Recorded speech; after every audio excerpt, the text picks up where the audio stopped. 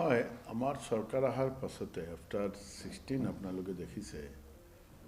যে আমাৰ এটা প্ৰয়াস আছে যে চৰকাৰৰ যি পাবলগীয়া ৰাজহ এই ৰাজহ যাতে আমি সঠিকভাৱে চৰকাৰৰ কোষত জমা দিব পাৰোঁ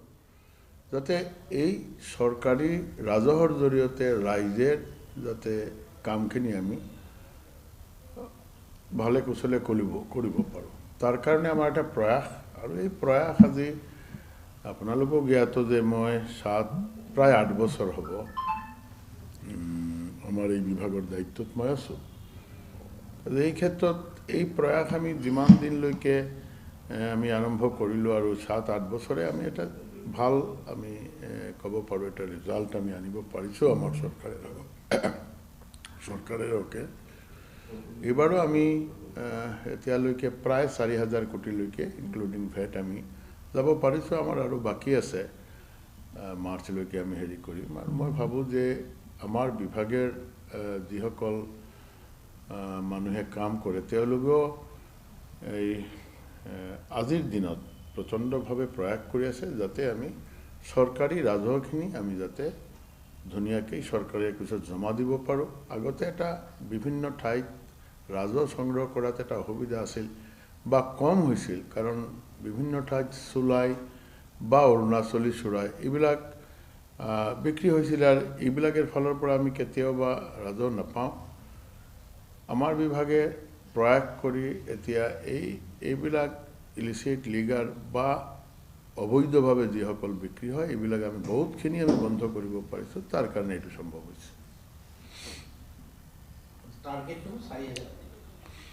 টাৰ্গেট মানে কি টাৰ্গেট এনেকুৱা নহয় আমাৰ টাৰ্গেটটো এইটোৱেই যে যিমানখিনি চেল হ'ব তাৰ ভিতৰত আমাৰ চৰকাৰী যিটো পাওনা আমাৰ এই পাওনাটোৱে আদায় কৰিব লাগে এতিয়া আমি কিয় আমি চৰকাৰীভাৱে যিটো ৰাজহ নাপাওঁ এই যে আপোনাক ক'লোঁ ছাপ'জ কোনো এটা ঠাইত যদি দেখা যায় যে ইলিচিট লিকাৰ মানে চুলাই বিক্ৰী হৈ আছে যিজনে চুলাইটো গ্ৰহণ কৰি আছে সি 1 টকা ৰাজহ দিবলগীয়া হোৱা নাই সেইটো বস্তুটোৱে অবৈধ ঠিক তেনেকুৱা ধৰক কোনো ঠাইত অৰুণাচলী কাৰণ অৰুণাচলৰ যিটো ৰেভিনিউ সেইটো অৰুণাচলত পেইড কৰা আছে আমাৰ ইয়াতে যেতিয়া আহিব আমাৰ ইয়াৰ মানুহে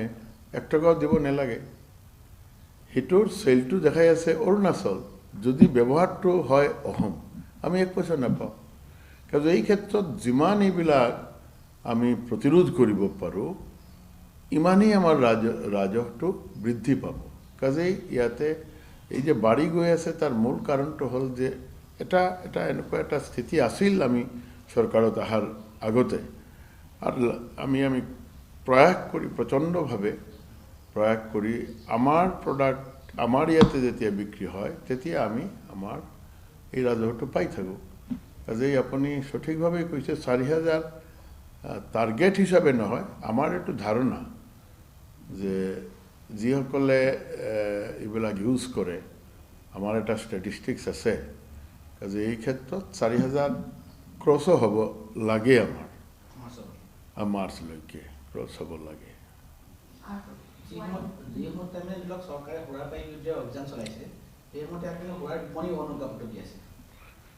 চোৰা পাইৰ বিৰুদ্ধে হয় আপোনালোকে দেখিছে আমাৰ চৰকাৰে কেতিয়াও চোৰা ব্যৱহাৰ কৰাত আমি কাকো এনকাৰেজ নকৰোঁ মইতো নিজে পাৰ্চনেলি আপোনালোকৰ সন্মুখতেই কওঁ যে কিয় খাব লাগে কিন্তু কথাটো হৈছে যিসকলে খায় তেওঁলোকেতো ৰেভিনিউ দিব লাগিব এতিয়া আমাৰ এনকাৰেজ কৰিছোঁ চোৰা খোৱাৰ ক্ষেত্ৰত এনেকুৱা নহয় কিন্তু আমি যিসকলে খাই আছে বা ব্যৱহাৰ কৰি আছে তেওঁলোকে আমাৰ ৰেভিনিউ দিব লাগিব সেইটোৱেই কথা অনুজ্ঞাপত্ৰ হয় কোনো ঠাইত দিয়া হৈছে কিয় এই যে আপোনাক ক'লোঁ আমি যে অৰুণাচলী চোৰা এতিয়া অৰুণাচলী চোৰা যেতিয়া আপোনাৰ অসমত আহিব তেতিয়া কোনো না কোনো মানুহে এইটো কনজিউম কৰি আছে এতিয়া অৰুণাচলৰ বৰ্ডাৰ যি অঞ্চল আছে সেই বৰ্ডাৰত যদি আপোনাৰ নিজা থাকে অৰ্থাৎ আমাৰ অসমৰ যদি কিবা এটা দোকান থাকে এই দোকানের ভিতরে তো আপোনালোকে জ্ঞাত অন অফের ক্যাটাগরি থাকে কাজে এটা যদি থাকে তো সেইটো ইনফ্লাক্স হ'ব নোৱাৰে ইয়াতে এই ক্ষেত্ৰত সেই অৰুণাচলী সুৰা য'ত মানে আমি 1 টকাও ৰেভিনিউ নাপাওঁ এইবিলাক আমি যাতে বন্ধ কৰিব পাৰোঁ তাৰ কাৰণে এটা প্ৰয়াস আৰু কিছু কিছু ঠাই আছে আপোনালোকৰ জৰিয়তে ৰাইজে গম পায় আমি কেতিয়াও কাম কৰিলে আপোনালোকৰ ইয়াতে আমি কওঁ তেতিয়া আপোনালোকে হয়তো যদি মিডিয়াৰ জৰিয়তে ৰাইজক জনায় তেনেহ'লে ৰাইজে গম পায় এই যে অবৈধ সুৰাবিলাক বিক্ৰী হৈ আছে অবৈধ মানে কোনটো এই যে চুলাই টুলাই বিক্ৰী কৰি আছে ইমান এটা ডাঙৰ অসমৰ ভিতৰত তো আপুনি ঘৰে ঘৰে গৈ আপুনি এক্সাইজৰ মানুহ থিয় হ'ব নোৱাৰে পুলিচ থিয় হ'ব নোৱাৰে কোনো না কোনো ঠাই এই যেতিয়াই আপোনাৰ চুলাইটো ব্যৱহাৰ কৰিব 1 টকা আমি নাপাওঁ ৰাইজৰ ক্ষতি হয় কাজেই এই অঞ্চলবিলাক চিনাক্ত কৰি কিছুমান অনুজ্ঞাপত্ৰ দিয়াৰ ব্যৱস্থা চলি আছে এতিয়া এই কথাটো সঁচা এতিয়া গোটেই অসমত এৰাউণ্ড 200 এইবিলাক বেছিভাগ ঠাই হ'ল আপোনাৰ এই বৰ্ডাৰ এৰিয়া আৰু কিছুমান ঠাই আছে এই যে আপোনাক ক'লোঁ চহৰ এৰিয়াতো আছে এই চহৰ এৰিয়াতো য'ত মানে খুব প্ৰয়োজন কি অৰ্থত ৰাইজে মদ খাব লাগে এই অৰ্থত নহয় প্ৰয়োজন এই অৰ্থত যে চুলাই আমাৰতো প্ৰতিদিন তো এই কামখিনি চলি আছে এতিয়া কোনো ঠাইত আমি দেখিছোঁ আনো ফাইন কৰোঁ আকৌ আনো সি আকৌ ফৰৱাৰ্ড কৰোঁ আকৌ সি জেলৰ পৰা মানে হাজতৰ পৰা সি বেইলত ঘৰত যায় আকৌ গৈ আৰম্ভ কৰে কাৰণটো হ'ল ইয়াতে হয়তো ৰাইজৰ ডিমাণ্ড আছে সিহঁতে বিক্ৰী কৰি আছে কাজে এই ক্ষেত্ৰত আমাৰোতো এটা সীমিত ক্ষমতাত আমি কিমান দিন আৰু ধৰিব পাৰোঁ প্ৰতিদিনতো এটা ঠাইত গৈ আৰু এক্সাইজ থিয় হৈ থাকিব নোৱাৰে এই ক্ষেত্ৰত কিছুমান ঠাইত দিয়াৰ ব্যৱস্থা হৈ আছে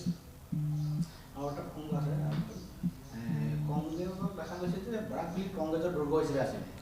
শেহতীয়াভাৱে দেখাতে কংগ্ৰেছত বৰ্তমান নাম কৰিছে আৰু বিধায়কসকলেও কংগ্ৰেছ এৰি বিজেপি জইন কৰিছে যে পুৰণি বিজেপি নেতা হিচাপে বা বৰাক এজন অন্যতম বিজেপি নেতা হিচাপে আপুনি কি দৃষ্টিভংগীৰে গম পাব যে কংগ্ৰেছ ত্যাগ কৰিবলৈ বাধ্য হৈছে কিয় এৰিছে খালি বৰাক বুলি নহয় গোটেই অসমতো কংগ্ৰেছৰ দুৰ্গ আছিল কিন্তু কংগ্ৰেছৰ আপোনালোকে জানে তেওঁলোকৰ ৰাইজৰ প্ৰতি যে ব্যৱহাৰ যে আচৰণ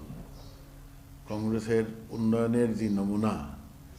গোটেইখিনি দেখি গোটেই অসমৰ ৰাইজ অসন্তুষ্ট হৈছে আৰু বাৰম্বাৰ এইবিলাক যেতিয়াই নিৰ্বাচন হয় তেতিয়া এইটো প্ৰতিফলিত হয় আজি 16ত আমি কেনেকৈ আহিলোঁ 16ত আহিলোঁ ৰাইজে আমাক ভোট দিলে কিয় দিলে ইমান দিনৰ পুৰণা পাৰ্টি আছিল তেওঁলোক দিলে এইকাৰণে যে আমাৰ ৰাইজৰ উন্নয়ন লাগে আমাৰ ভৱিষ্যত প্ৰজন্মৰ কাৰণে এটা ধুনীয়া ভৱিষ্যত লাগে কাজে এই সকল ৰাইজে আমাক সমৰ্থন দি আছে এইকাৰণে যে হয় বিজেপিৰ জৰিয়তেই সম্ভৱ আজিৰ দিনত গোটেই ভাৰতবৰ্ষত যদি আপুনি খোজে একমাত্ৰ বিজেপি অনলি বিজেপি যি বিজেপিয়ে ভাৰতবৰ্ষৰ উন্নয়ন আনিব পাৰিব আৰু আপোনালোকৰ চকুৰ সন্মুখত আপোনালোক সংবাদ মাধ্যম হয় আপোনালোকে একেবাৰে সূক্ষ্ম বিশ্লেষণ কৰা মানুহ বা ব্যৱস্থা আপোনালোকৰ আছে আপোনালোকে বিশ্লেষণ কৰিলেই গম পাব কাজেই খালি বৰাক উপত্যকা নহয় এটা দিন আজিৰ দিনত ক'ব পাৰোঁ যে এটা দিন আহিছে যে আপোনালোকে হয়তো এনেকুৱা হ'ব আপোনালোকে ক'ব পাৰিব ৰাইজক যে মানে কংগ্ৰেছ আৰু খুজি ওলাব লাগিব এতিয়া গোটেই ভাৰতবৰ্ষত গৈ এজন দুজন চাৰিজন কোনো ঠাইত হয়তো এজন পাব কোনো ঠাইত নাপাব এনেকুৱা স্থিতি কংগ্ৰেছ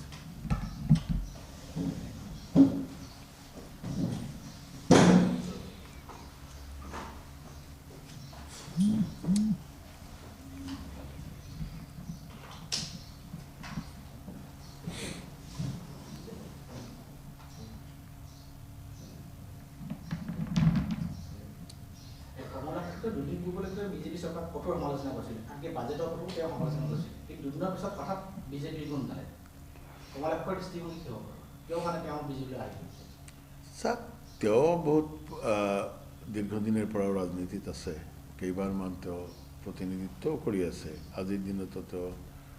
নিৰ্বাচিত হৈ আহিছে এজন ৰাজনীতিবিদ যেতিয়া পলিটিক্সত থাকে যিকোনো দলেৰ হোক সি ভালকেই গম পায় যে কোন পাৰ্টিৰ জৰিয়তে ৰাষ্ট্ৰ বা ৰাজ্য বা সমাজখন উন্নত হ'ব পাৰে বা সঠিক দিহা দিব পাৰে কোন ৰাজনৈতিক দলে কাজে এই ক্ষেত্ৰত কমলাক্ষ পুৰকায়স্থ ডাঙৰীয়া আপুনি তেওঁৰ কথা মোক সুধিলে তো নিশ্চিতভাৱে তেওঁ গম পাইছে যে আজিৰ দিনত অসমৰ যদি উন্নয়ন লাগে বা আপুনি বৰাক ভেলী পাৰ্টিকুলাৰলি আপুনি সুধিছে বা কৰিমগঞ্জ সুধিছে যদি তেওঁৰ সমষ্টিৰ উন্নয়ন লাগে তেনেহ'লে ডক্টৰ হিমন্ত বিশ্ব শৰ্মা ডাঙৰীয়াৰ নেতৃত্বৰ প্ৰয়োজন আছে আৰু তেওঁৰ দিহা পৰামৰ্শত যি চৰকাৰ চলি আছে সেই চৰকাৰৰ প্ৰয়োজন আছে কাজে এই ক্ষেত্ৰতো সি চৰকাৰৰ সমৰ্থন দিছে এই কাৰণে যে তেওঁৰ সমষ্টিৰ উন্নয়ন লাগে লগতে ৰাজ্যৰ উন্নয়ন লাগে এই ক্ষেত্ৰত দিছে কাজে ইয়াতে মইতো ভাবোঁ যে ইয়াতে তেওঁৰ এটা ব্ৰাইট ফিউচাৰৰ কাৰণে উন্নয়নৰ কাৰণে কাৰণ তেওঁৰ সমষ্টিৰ লগতে তেওঁৰ ফিউচাৰো জড়িত হৈ আছে সমষ্টিৰ মানুহৰ উন্নয়ন হ'লে নেক্সট টাইম তেওঁক ভোট দিব কাজে এই ক্ষেত্ৰত ভাল সিদ্ধান্ত লৈছে ধুনীয়া সিদ্ধান্ত লৈছে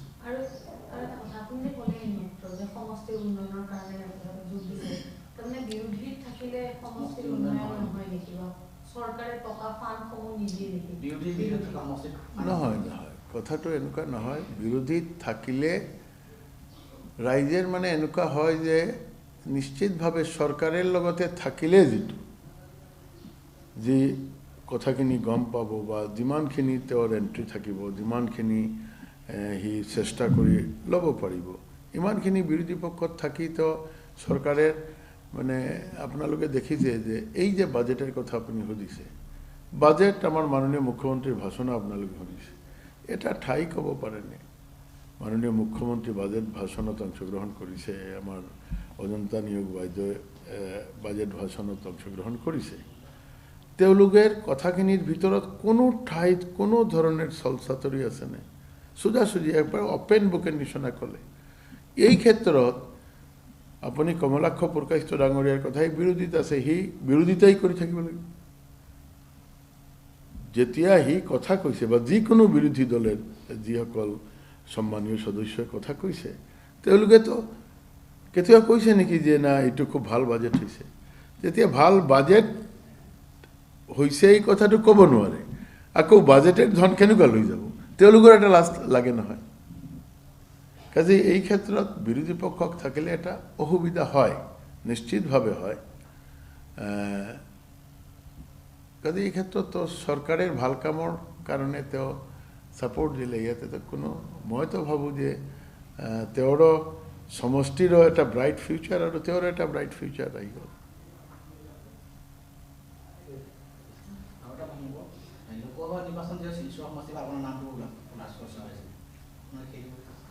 চাক পলিটিক্সত আমি তো ৰাজহুৱা জীৱন যেতিয়াই কোনো মানুহ ৰাজহুৱা জীৱনত প্ৰৱেশ কৰে তেতিয়া স্বাভাৱিকভাৱেই ৰাইজৰ অধিকাৰ থাকে যে তেওঁৰ সম্পৰ্কে তেওঁ কিবা কথা কোৱা বিশ্লেষণ কৰা আশংকা কৰা এইবিলাক থাকে আমাৰ দল এনেকুৱা যে আমাৰ দলত কোনো মানুহে চালেই টিকেট নাপাব আমাৰ দলে সিদ্ধান্ত লয় এতিয়া দলে সিদ্ধান্ত কি লৈছে মই জানা নাই কিন্তু এই কথাবিলাক এনেকুৱাই আহিছে কোনো ৰাইজে হয়তো কৈছে অমুক হ'লে ভাল বা কোনো মানুহে কৈছে যে এইটো হ'লে হ'ব কাজে এই ক্ষেত্ৰত এই কথাটো আহিছে ময়ো শুনি আছোঁ বিভিন্ন ঠাইত কিন্তু মোৰ ফালৰ পৰা মই দলকো অনুৰোধ কৰা নাই কাকো অনুৰোধ কৰা নাই আৰু কথা হ'ল যে হয় দীৰ্ঘদিনেৰ ৰাজনীতিত আছোঁ আমি এটা দায়িত্বত আছোঁ আকৌ ইয়াৰ পৰা আকৌ এটা যাম কিয় আমাৰ কৰিব লাগে ময়ো বুজি পোৱা নাই কাজে এই প্ৰশ্নেৰ জবাব মই দিব নোৱাৰিম আমার দলক সুধিলে আপুনি গম পাই যাব চাক দলীয় টিকেট দিলে মই খেলা নেখেলা এইটো মোৰ ওপৰত নিৰ্ভৰ নকৰে তো আৰু দলে টিকেট এনেকুৱা নিদিয়ে আপুনি মোক ক'লে যে দিলে এনেকুৱা নহয় দলে বহুত চিন্তা কৰি এইবিলাক সিদ্ধান্ত লয় কাজেই দলেৰ কি সিদ্ধান্ত আছে মই জানো নেকি মইতো নাজানো নহয় আৰু মই এটা দায়িত্বত আছোঁই কাজে এই ক্ষেত্ৰত দলের কথাটো আপুনি দলক সুধিলে গম পাব মইতো এটা দায়িত্বত থকা মানুহ আমি কেনেকুৱা কম কোন প্ৰাৰ্থী হ'ব কোন নহ'ব দলে যিসকল নেতৃত্বত আছে আজিৰ দিনত তেওঁলোকে ক'ব পাৰিব